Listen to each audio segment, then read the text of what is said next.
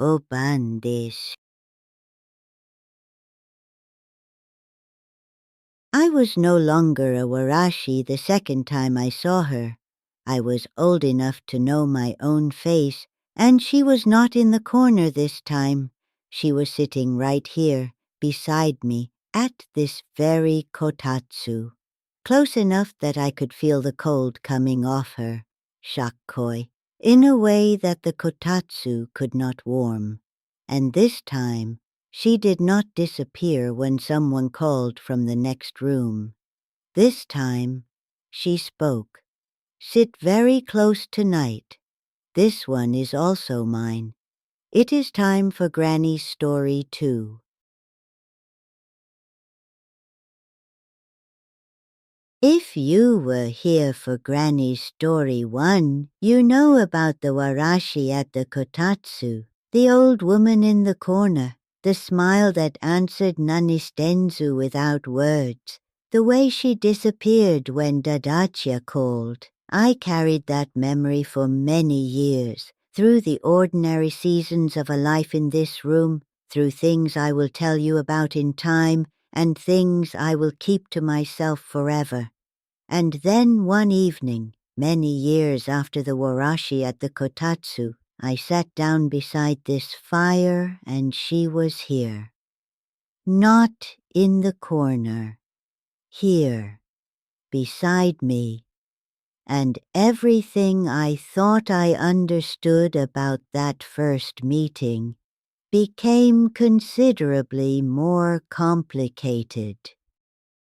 I was not young the second time, not old either, not as old as I am now, if old is still the right word for what I am now, simply a woman of a certain age sitting beside her kotatsu on an ordinary evening in this room. I had been guude that day, tired in the particular way that has nothing to do with physical effort.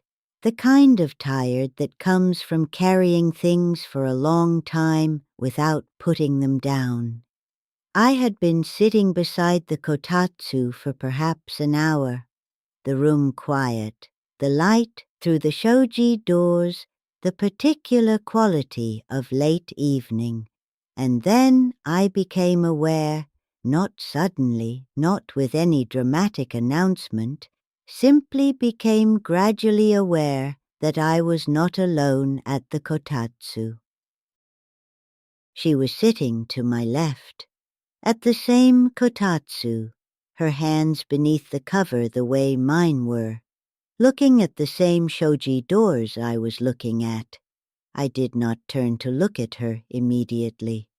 Sat very still for a moment and simply registered her presence the way you register something you have been half expecting for a very long time and are not entirely surprised to find has finally arrived.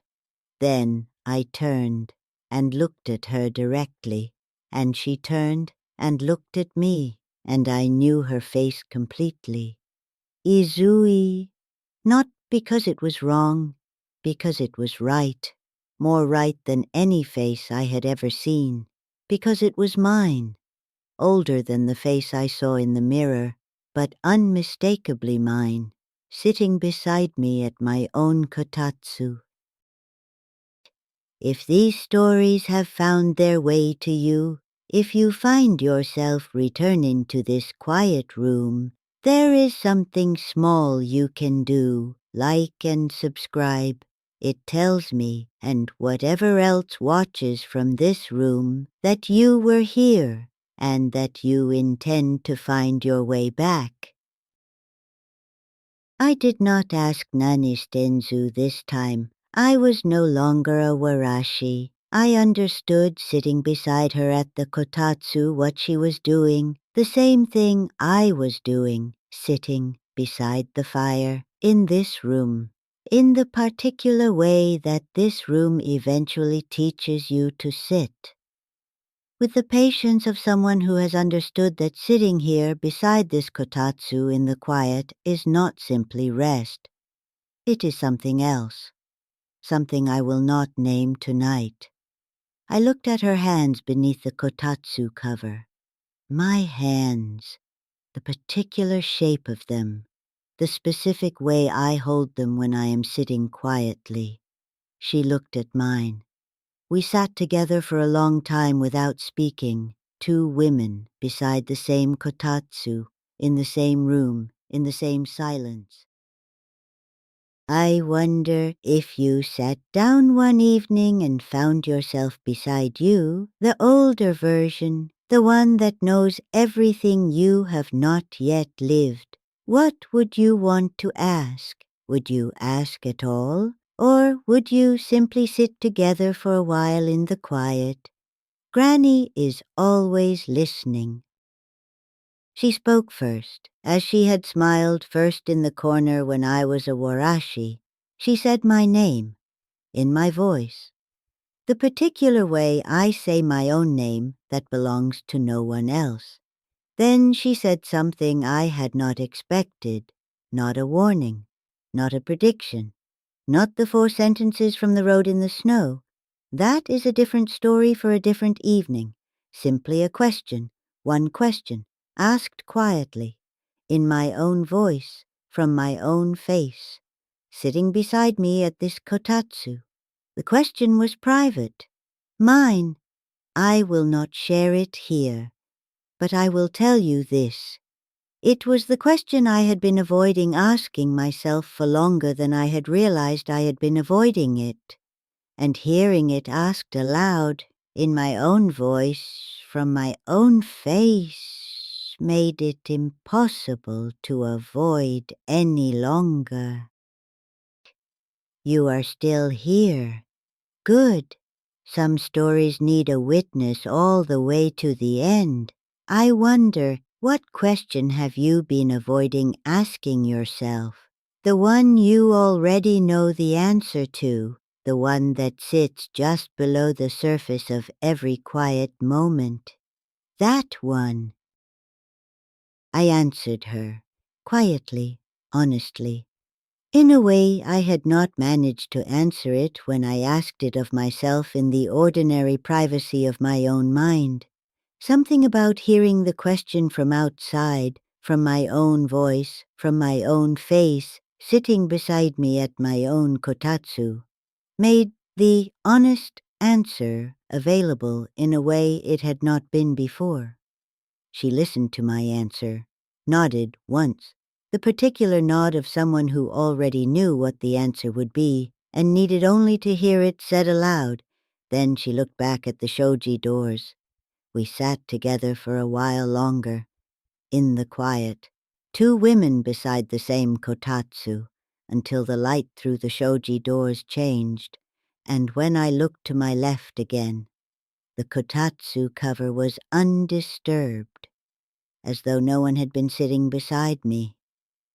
Oshoshina, I said to the empty space, for the question, for the patience of bringing it here, to this room, in my own voice, at exactly the right moment. I have sat beside this kotatsu for a very long time, long enough to have been visited by myself twice, once as a warashi looking up from a bowl to find an old woman in the corner, once as a woman of a certain age finding that old woman sitting right beside me. I was tired both times, the particular tiredness that brings things through, that opens the room to what is usually just beyond it, and both times she came quietly, without announcement, without drama, simply present, with a smile the first time and a question the second, and both times she left when she had given what she came to give. The smile that said, "I know something you do not yet know." The question that made the answer finally possible. Some visits take a lifetime to understand. I am still understanding this one. Another whispered story from Japan, shared quietly here beside the kotatsu. I was not a warashi the second time. I was old enough to know my own face and she was sitting right beside me at this kotatsu in this room, with my hands and my voice and my particular way of sitting in the quiet. She asked me one question. I answered it honestly for the first time. She nodded and looked at the shoji doors, and when I looked back, she was gone. And I sat beside this kotatsu alone in the quiet, with the honest answer to the question I had been avoiding, sitting with me where she had been sitting. And the room felt different after that, lighter in a way that had nothing to do with the light through the shoji doors. The particular lightness of something that has been carried for too long, finally put down.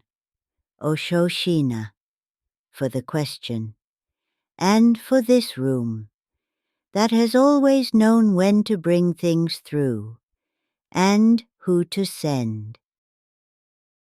If this story stayed with you, if the dark or the shadow feels a little closer tonight, you know where to find me. I am always here beside the kotatsu, watching, waiting. And if you wish others to find their way here too, there is something small you can do, like and subscribe. I would not object.